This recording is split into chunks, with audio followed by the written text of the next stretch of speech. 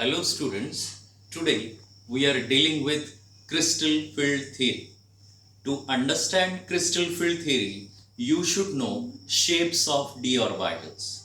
There are 5 d orbitals and names of 5 d orbitals are dxy, dyz, dxz, dx square minus y square and dz square.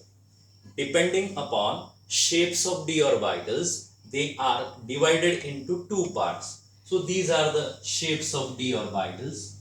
So they are divided into two parts.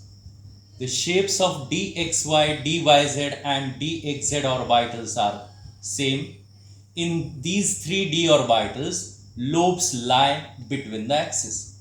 On the other hand, in case of dx square minus y square and dz square orbitals, lobes of d orbitals lie along the axis.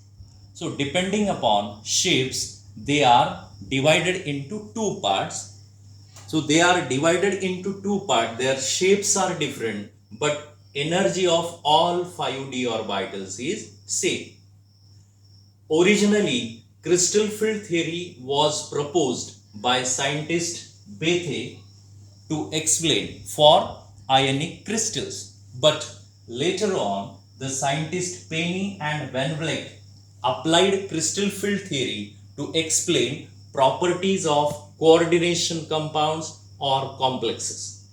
Crystal field theory means CFT based upon certain important points. So let us go through these postulates one by one. So first postulate of crystal field theory is, according to CFT, the bond between metal and ligand is purely ionic. The bond between metal and ligand is purely ionic bond, and the forces between metal and ligand is electrostatic forces. Electrostatic forces. So second postulate is, according to CFT considered negative ligands as a point charges and neutral ligands as a point dipoles. So CFT considered negative ligands as a point charges and neutral ligands as a point dipoles. And as we have discussed that the interaction between metal and ligand is purely electrostatic.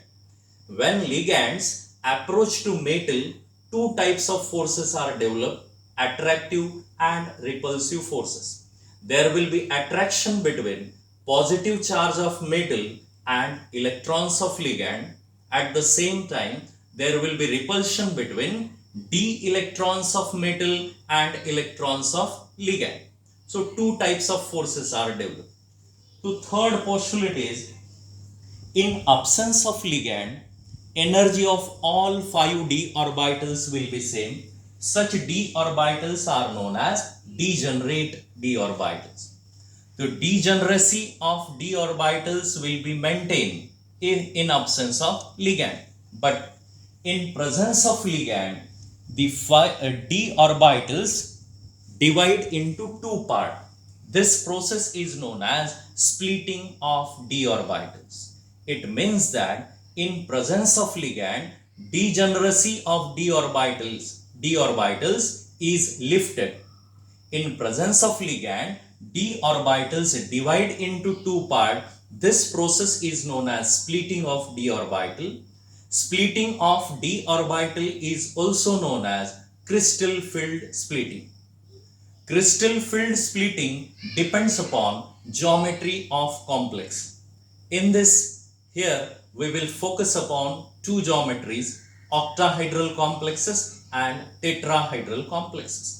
In case of octahedral complexes, central metal atom is surrounded by 6 ligand. In octahedral complexes, out of 6 ligand, 2 ligands lie along x-axis, 2 ligands they are along y-axis and 2 ligands are along z-axis. It means that ligands directed along the axis. In octahedral complexes, ligands directed along the axis, and the d orbitals which are along the direction of ligand, d orbitals which are along the direction of ligand. They are dx square minus y square and dz square. In shapes of d orbital, we have discussed that the two d orbitals dx square minus y square and dz square, in these two d orbitals, lobes, they are lie along the axis. So in octahedral complexes, d orbitals along the direction of ligands are dx square minus y square and dz square. So let us see the crystal field splitting, means splitting of d orbitals in octahedral complexes. So this is the situation in absence of ligand. In absence of ligand, energy of all 5 d orbitals will be same. But in presence of ligand, due to repulsive interaction, the energy of d orbitals first increases, and later on these 5 d orbitals, they divide into two parts. They divide into two sets. One set is known as T2g. T2g is associated with lower energy. It has lowered energy, and other set is known as Eg. T2g set is made up of 3 orbitals dxy, dyz and dxz. On the other hand, Eg set, which is raised in energy, is made up of 2 orbitals dx square minus y square and dz square. The energy of T2g, the energy difference between T2g and Eg is denoted by delta O, or it is also known as 10 dq. Delta O or 10 dq, it is representation, and it is known as crystal field splitting energy. It is energy difference between lower d and higher d orbital. Energy of T2g orbitals decrease by 2 by 5 delta O. On the other hand, energy of Eg orbitals increase by 3 by 5 delta O. The total crystal field splitting energy, means delta O, is equal to 3 by 5 delta O plus 2 by 5 delta O, or the same equation can be written as 3 by 5 is nothing but 0.6 and 2 by 5 means 0.4. Therefore, same equation is given by delta O is equal to 0.6 delta O plus 0.4 delta O. In terms of dq, 10 dq, the energy difference is equal to 10 dq is equal to 6 dq plus 4 dq. Delta O or 10 dq, these are representation. In this, the lower d orbital is represented by T2g. T2g means triply degenerate orbitals, and Eg means doubly degenerate orbitals. The delta O is known as crystal field splitting energy. The value or magnitude of crystal field splitting energy depends upon strength of ligand. In presence of strong ligand, delta O will be large. In presence of strong ligand, delta O means crystal field splitting will be large. On the other hand, in case of weak ligand, delta O will be small. If ligand is weak, delta O will be small. Crystal field splitting will be small, and if ligand is strong, in presence of strong ligand, delta O will be large. So depending upon strength of ligands, so ligands are arranged in their increasing order of field strength, and this series is known as spectrochemical series. So spectrochemical series means ligands are arranged in a series in the order of increasing field strength. So this series gives strength of ligand. From this series you can see that I minus, Br minus, Sc minus, Cn minus, S2 minus, F minus, OH minus.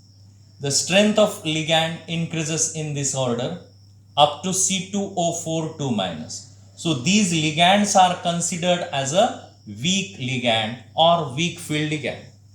H2O S minus, EDTA4 minus, these are the examples of moderate ligand, whereas NH3, En, Cn minus, Co, these are the examples of strong ligand. So in this way, spectrochemical series gives strength of ligand in increasing order. So let us see the electronic configuration. Suppose the complex is D1 system, means in complex there is one electron in d orbital. If there is one electron in d orbital, that electron will enter in one of the T2g orbital. In that case, configuration will be T2g1 Eg0. If the system is D2, in D2 system there are two electrons, first and second electron will enter in T2g. In this case, the configuration will be T2g2 Eg0. If there are three electrons, configuration will be T2g3 Eg0.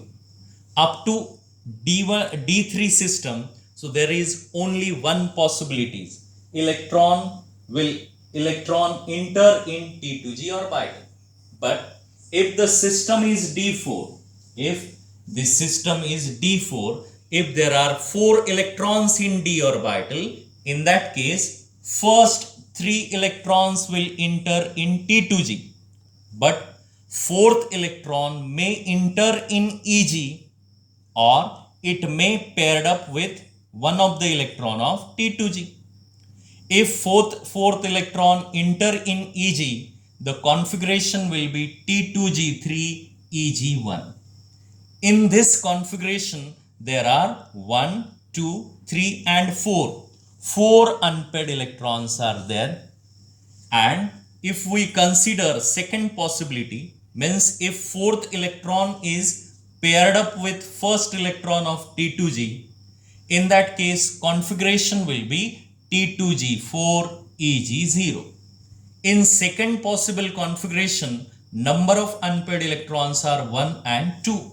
2 unpaired electrons are there. In first possible configuration, number of unpaired electrons are 4. Hence, this complex is known as high spin complex. On the other hand, in second possible configuration, number of unpaired electrons are 2. Number of unpaired electrons are less. Hence, this complex is known as low spin complex. High spin complex contain more number of unpaired electrons. Low spin complex contain less number of unpaired electrons. In similar manner, for D5 system, there are two possible configurations, T2G3, Eg2. In first possible configuration, number of unpaired electrons are 5.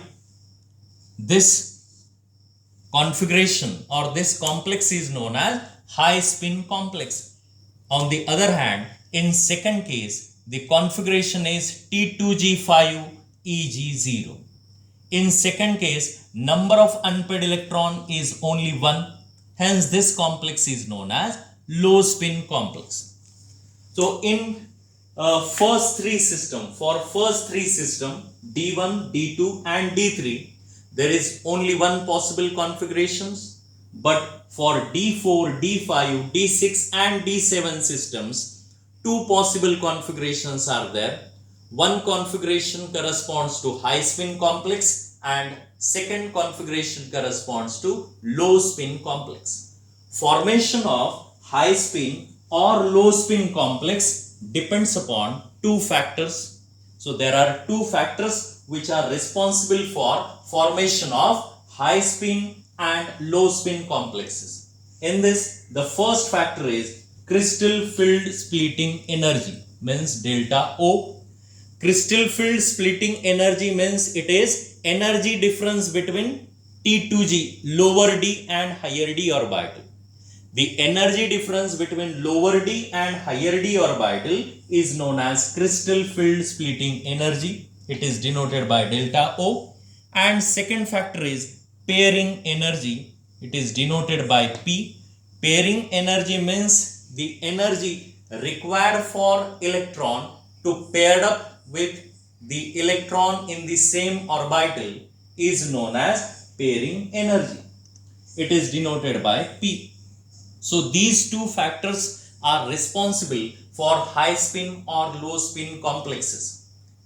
Let us consider the first possibility. If delta O is less than pairing energy, that this situation leads to, or in this situation there is formation of high spin complex. So high spin complex formation takes place in presence of weak ligand. Second possibility is if delta O is greater than pairing energy. If splitting is greater than pairing energy, delta O is greater than pairing energy, that results in the formation of low spin complex. Low spin complexes are formed in presence of strong ligand. So this is crystal field splitting in octahedral complexes. So let us discuss the crystal field splitting in tetrahedral complexes. To understand crystal field splitting in tetrahedral complexes, so let us see the tetrahedral complexes geometry, tetrahedral geometry. In this complex you can see that the central metal is surrounded by 4 ligand, and from diagram you can see that the approach of ligand to ligand, they are directed, ligands directed between the axis, they are not along the axis, they are directed between the axis. And we know that the d orbitals which are along the direction of ligand means the d orbitals which are between the axis, these d orbitals are dxy, dyz and dxz. In tetrahedral complexes, the approach of ligand is exactly opposite to tetrahedral complexes. In tetrahedral complexes, ligands approach towards metal along the axis, and in tetrahedral complexes, ligands approach towards metal between the axis. So in tetrahedral complexes, those d orbitals which lie between the axis, they will feel more repulsion. So dxy, dyz and dxz orbitals, they feel comparatively more repulsion. Hence the splitting pattern of d orbitals will be like this. So this is crystal field splitting in tetrahedral complexes. From this diagrammatic representation you can see that this is the energy of d orbitals in absence of ligand. In presence of ligand, due to repulsive interaction, the energy of d orbitals first increases, and later on these 5 d orbitals divide into two sets, E set and T2 set. E means doubly degenerate set and T2 means triply degenerate set. E set is made up of two orbitals, dx square minus y square and dz square, and T2 set is made up of three orbitals, dxy, dyz and dxz orbital. The energy difference between E and T2, it is denoted by delta T. Delta T is known as crystal field splitting energy. Delta T is known as crystal field splitting energy. When we compare octahedral and tetrahedral complexes, in octahedral complexes, metal is surrounded by 6 ligand. In tetrahedral complexes, metal is surrounded by only 4 ligand. Therefore, it has been observed that the crystal field splitting in octahedral complexes is always greater than tetrahedral complexes. As in octahedral complexes, 6 ligand, metal is surrounded by 6 ligand, therefore splitting will be more. So delta O is always greater than delta T, and this equation gives the exact relation between delta T and delta O. So delta T is equal to 4 by 9 delta O. 4 by 9 is nothing but 0.45. Hence, the same equation can be written like this. Delta T is equal to 0.45 delta O. As the splitting in tetrahedral complexes is less. Therefore, tetrahedral complexes form only high spin complexes. Tetrahedral complexes forms only high spin complexes. So low spin complexes are not possible in tetrahedral complexes because splitting is less, pairing energy is more, hence they forms only high spin complexes. The important application advantage of crystal field theory is crystal field theory explain color properties of complexes. The advantage of crystal field theory is CFT explain colors of complexes, and we know that most of the coordination compound, most of the complexes, they are color. The color concept is like this: when ordinary light or white light is passed through any complex sample, so that complex sample absorb some visible light and the transmitted light has some color. The color of the light is complementary to that which is observed. The color of the transmitted light, it is complementary to to that which is absorbed. For example, suppose this is the white light which is passed through the complex sample, and if the complex sample absorb green light, if green light absorbed by complex sample, the complementary color of green is red, hence the color of that complex appears red. So as complex absorb green light, it appears red in color because the color of the light is complementary to that which is observed. So this is one complex TiH2O6 times 3 plus. The color of this complex is violet. It is violet in color. In this complex, central metal is titanium. Atomic number of titanium is 22. Configuration is 3d24s2. In this complex, titanium is in +3 oxidation state.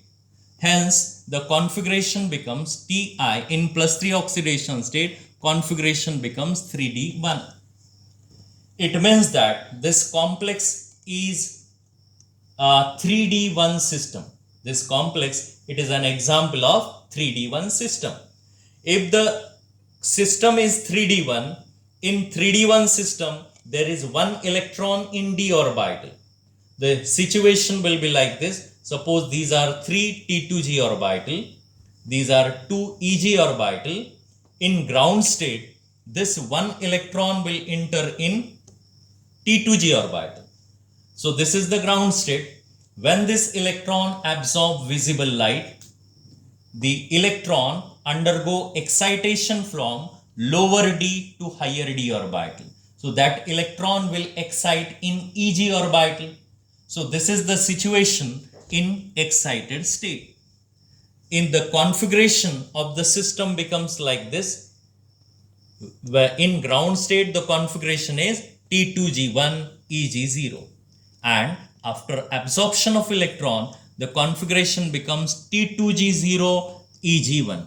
So such type of electronic transition from 1d orbital, lower d orbital to higher d orbital is known as dd transition. This is known as dd transition. During dd transition, the titanium complex absorb blue-green light. During dd transition, titanium complex absorb blue-green light, and the complementary color of blue-green light is violet, and hence this complex is violet in color. This complex is violet in color. The color properties of complexes can be explained with the help of the ligand. The role of ligand is important in the color property of complex. Suppose this titanium complex, it is hydrated, there are 6 water molecules. If this complex is heated, this complex undergo dehydration. If all 6 water molecules are removed, this complex becomes colorless. So this indicate the role of ligand in color property. One common example is copper sulfate. The copper sulfate, anhydrous copper sulfate is white, but the hydrated copper sulfate, when copper sulfate combines with water, means hydrated copper sulfate is blue in color. So this indicates the role of ligand in color property. The role of ligand or influence of ligand in the color of complexes can be well understood by taking the example of nickel. In nickel complex NiH2O 6 times 2 plus complex, when H2O ligands are replaced by En means ethane 1,2 diamine. So this is didentate ligand. Two water molecules are replaced by one En. When two water molecules are replaced by one En, the formula becomes NiH2O 4 times En2 plus. The color of this complex is pale blue. When this again two water molecules are replaced by En, the formula becomes NiH2O 2 times En2 times 2 plus. The color of the complex becomes blue or purple, and when remaining two H2O are replaced by En, the complex becomes NiEn 3 times 2 plus, and the color becomes violet. So from these examples you can understand the role or influence of ligand in color property of complexes. So this is important application of crystal field theory. Crystal field theory satisfactorily explain color properties of coordination compounds or complexes. So this is all about crystal field theory. So see you in the next part. So see you.